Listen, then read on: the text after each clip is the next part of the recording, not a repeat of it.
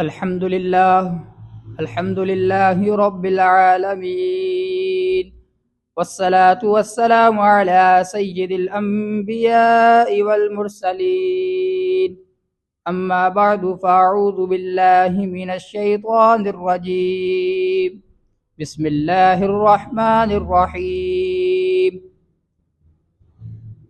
إذ هما في الغار إذ يقول لصاحبه لا تحزن إن الله معنا.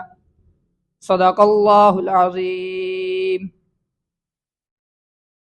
جو ہر وقت ساتھ رہا اسے صدیق کہتے ہیں. جو ہر وقت ساتھ رہا اسے صدیق کہتے ہیں. جس نے سب کچھ لٹا دیا اسے صدیق کہتے ہیں. محترم سامعین، جیسا کہ آپ کو معلوم ہے کہ جب حدیث کی سند سے صحابی نکل جائے تو وہ حدیث ضعیف ہو جاتی ہے. اسی طرح صحابہ کی عقیدت دل سے نکل جائے تو وہ دل ایمان سے خالی ہو جاتا ہے. محترم سامعین، جس ہستی کا میں تذکرہ کرنے جا رہا ہوں وہ ہستی کون ہے؟ جامعہ ترمذی میں حدیث موجود ہے. راوی ابو ہریرہ رضی اللہ عنہ ہے. فرماتے ہیں کہ آپ علیہ السلام نے فرمایا کوئی شخص ایسا نہیں ہے کہ جس نے ہمارے ساتھ حسن سلوک کیا ہو یا ہمیں کچھ مال دیا ہو، ہم نے اس کا نعم البدل عطا نہ کیا ہو، لیکن سوائے ابو بکر نے ہمارے ساتھ حسن سلوک کیا ہے، اس کا نعم البدل، اس کا اجر اللہ رب العزت عطا کریں گے. معلوم ہوا کہ ابو بکر کا مال کوئی معمولی مال نہیں تھا کہ جس کا نعم البدل بھی، جس کا اجر بھی اللہ عطا کرے گا. جب ابو بکر کے مال کا یہ مقام ہے تو ابو بکر کا کتنا مقام ہوگا. آئیے دیکھتے ہیں. جامعہ ترمذی کی حدیث موجود ہے، اس میں راوی اما عائشہ صدیقہ رضی اللہ عنہا ہے. فرماتی ہیں کہ آپ علیہ السلام نے فرمایا کسی قوم کے لیے، کسی گروہ کے لیے، کسی جماعت کے لیے یہ درست نہیں ہے کہ ابو بکر ان کے اندر موجود ہو اور کوئی دوسرا آدمی ان کا امام بنے.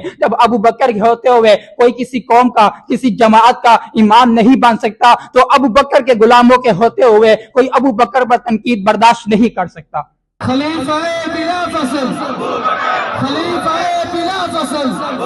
آئیے قرآن سے ابو بکر کی وفاداری کی مثال لیتے ہیں. قرآن کہتا ہے، اٹھا سورۃ توبہ آیت نمبر 40 دیکھ، جس میں اللہ فرماتا ہے اذ ہما فی الغار اذ یقول لصاحبہ لا تحزن ان اللہ معنا. اللہ فرماتا ہے جب آپ علیہ السلام نے مکہ سے مدینہ کی طرف ہجرت کی تھی، ہر طرف سے خطرہ تھا، اس وقت وفاداری کی مثال قائم کرنے والا ابو بکر تھا. جب آپ علیہ السلام معراج کے واقعے سے واپس ہے، سب سے پہلے تصدیق کرنے والا معراج کے واقعے کی ابو بکر تھا. آپ علیہ السلام نے فرمایا میری امت میں سے سب سے پہلے جنت میں جانے والا شخص ابو بکر ہوگا. آپ علیہ السلام کے روضے رسول میں داخل ہونے والا پہلا شخص آپ علیہ السلام کے بعد ابو بکر تھا. آپ علیہ السلام نے فرمایا جس طرح ابو بکر غار میں میرے ساتھ تھا، حوض کوثر میں بھی میرے ساتھ ہوگا. محترم سامعین، جب حضرت یوسف علیہ السلام کے لقب کا ذکر آتا ہے، قرآن کہتا ہے یوسف ایھا الصدیق، اور جب حضرت ابراہیم کا ذکر آتا ہے قرآن کہتا ہے انہ صدیق النبی، اور جب حضرت اسماعیل کا ذکر آتا ہے قرآن کہتا ہے انہ کان صادق الوعد وکان رسول النبی. اور جب آپ کے میرے ابو بکر کی باری آتی ہے خود محمد الرسول اللہ، احمد مجتبی، محمد مصطفیٰ خود فرماتے ہیں یہ ابو بکر صدیق ہے.